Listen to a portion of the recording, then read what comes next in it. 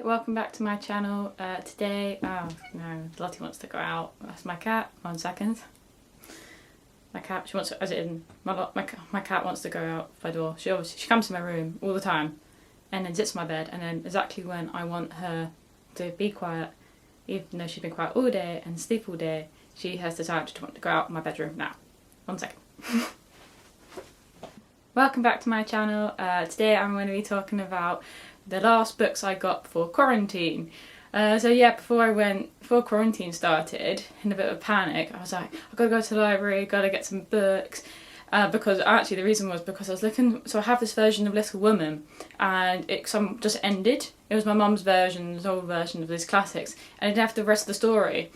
Yeah, so I didn't realise there wasn't another story. I just thought Little Woman, didn't realise there's a whole series on it. But yeah, so I went to the library to look for I think it's called Good Wives, and it wasn't there. But I found other books instead, and I got a good haul, I think. But yeah, and I just picked up what I could, but now it's annoying because I can't take them back, so I've got them in my room. But it's okay, at least I got them, and I've been able to read them. So yeah, I'd like to share those with you, and hopefully there'll be some good reads, a bit random, all very random. I quite like getting random books at the moment. But yeah. Hopefully you like them, and maybe after the quarantine or even in quarantine you could order them, or after you go to the library and get them yourself. So yeah, I'll show you the books. So the first book I got from the library was The Bell Jar, yeah, and it's actually a lovely cover, and you can see that, but it's really nice. I just love it. I think it's really different, but yeah, I like how red it is as well. I love a good red book. I love red. Red's my favourite colour. But yeah, I have heard about this book for ages. People always say, oh, it's funny, you know, it's a good classic book. Maybe not classic, but it's a good modern book. Very, you know, it's high standard. And obviously Sylvia Plath is an amazing writer for her poetry, known for her poetry mainly, and this one book she actually wrote before she passed away. And yeah, and I think everyone should read this. I don't know why we don't read this at school, really. I mean, obviously it is, disclaimer first, it is about mental health, and there's things about suicide, and she herself gets committed. That's not a secret because that's what it's about. Sorry, no spoilers there. But yeah, like it's. I guess they shouldn't avoid talking about it at school. Maybe they're scared. Oh, if we talk about this, it will trigger people. But really, it's a sad reality that people do have mental health. They do get depression, and everyone gets it at some point in their life. Maybe it's really minuscule, really big, but you know, mental health needs to be talked about, and it's not too vivid. Not like maybe 13 Reasons Why, which is why it might be more perfect to actually read in school, to the kids to read about it, maybe when they're a bit older. But it's a good read because it's, you know, it shows you a brief, you know, idea of mental health and what it's like to be in a psychiatric unit and what people go through in those units, and kind of, especially in the back then. So this was set in the 50s, I think it's the 50s, yeah, and so it's written in 1963. So yeah, about 50s, 60s, and it's really important because, you know, I wouldn't know what these people go through, and you just kind of think, oh, they're just left there, but no, they really are helped. But back in the 50s, you know, they used electric shock treatment and things like that, and it was horrible, and they don't do it anymore. But it's you know, it's quite important to know about these things. But anyway, about the book, it's about this girl called Esther, but you don't even know she's called Esther till halfway through, so you can really see, like, she kind of messes with her personalities, and it's about her life in New York. She's an inspiring writer, she really wants to write, and she gets us onto this internship to help out at this magazine journalism paper, and in New York City, and she's from out of town. She's from I guess the suburbs. And yeah, she gets this given, and she's with all these nice ladies, you know, everyone dress up, they go out on parties, and she lives this quite nice lifestyle. And she basically, you see her go through that, and I love the way she talks. I love how Sylvia Plath's writing is just incredible. Everything is so descriptive, it's beautifully written, and the way that Esther talks, the main character, is so funny. Like, she will say it how it is, which I love, because I think I do that quite a lot. And she, like, if it's like about marriage, she hates the idea of marriage. She doesn't want to be tied down to any man. She just wants, and you know, and there's this bit with, I don't want to give spoilers, but basically she sees someone and they are very hypocritical about sex, and she just says it outright, like, no, well, I'm not having that. So yeah, I love the main character. She's a great main character. She's very much a feminist.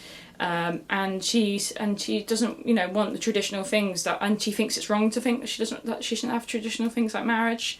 But it's not wrong, obviously it's not. If she lived in this day and age, it wouldn't matter.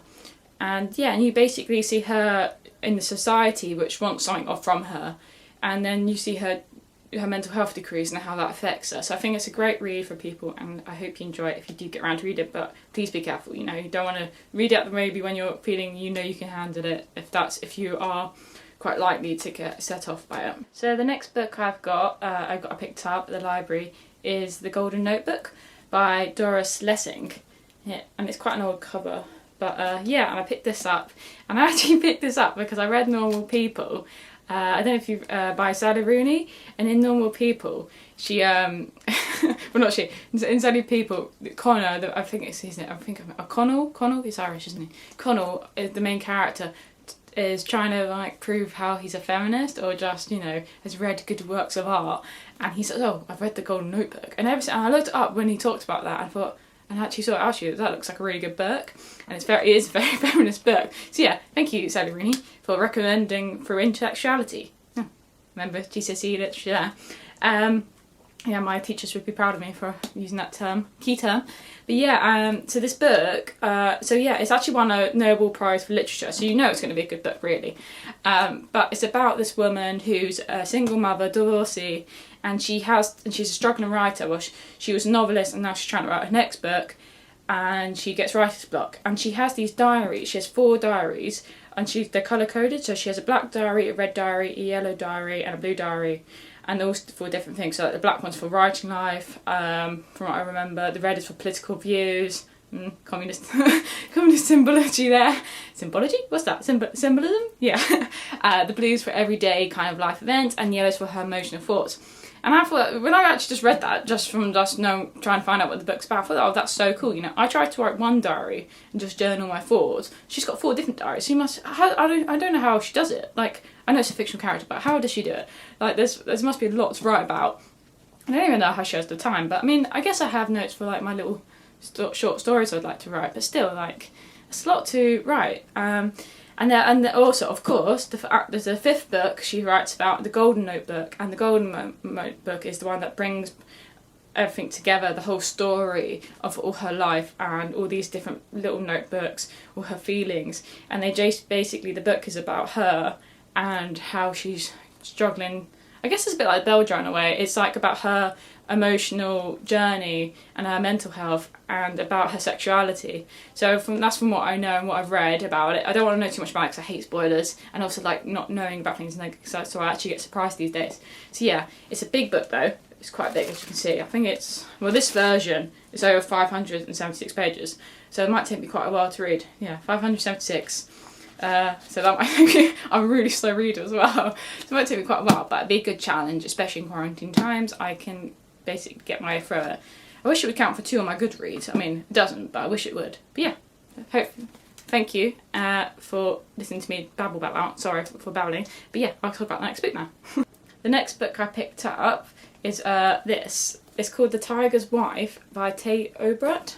Is that right? Obreht? You can see it there for the spelling. Yeah, I don't know anything about. I don't know anything about this book. I didn't want to know anything about this book. As I said, I was in a panic at the library, and and just wanted to get books to read because I was worried.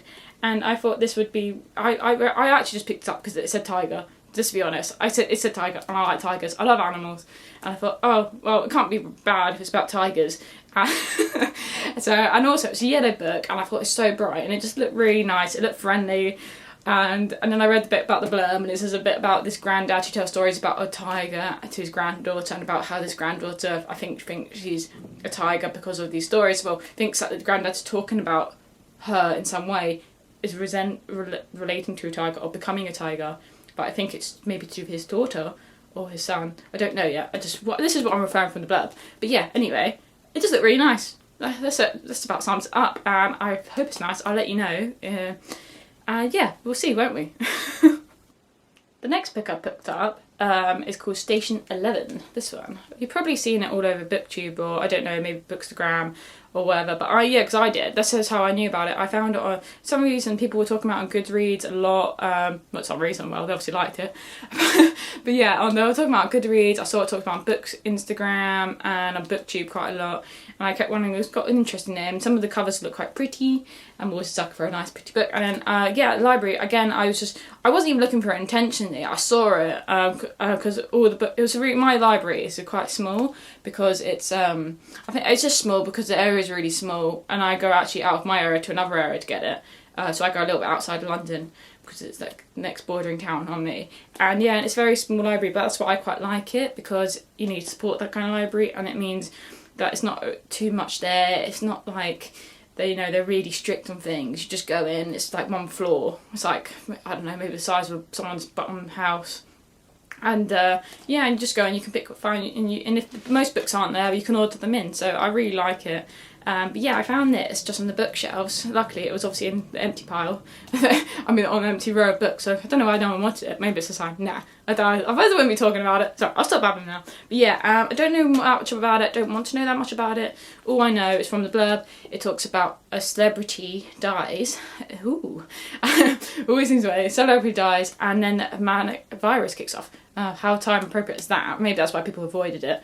But yeah, it's basically about a virus, and then you see the post world of the virus and how it's affected, and then you see the life, I think, of other celebrities he used to know or helped him, and their world in the virus world. Yeah, sorry, I have not got coronavirus. I'm just not coughing. Yes, not a joke. But yeah, yeah. I hope it's nice. I hope it's good, and we'll see, won't we? So that's it for all my library books. I hope they last. I'm sure they will. I mean, I've got plenty of other books if they don't anyway.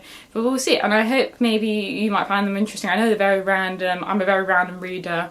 I don't really like to do trends, although I have been a sucker and bought Sarah J Maas books. But they look really good, and I'm really excited to read them, the trilogy. And yeah, and I hope you enjoyed this video. Please subscribe if you can. Gives me a bit of hope that more people watch it than just me when I'm editing it. So thank you, and see you later.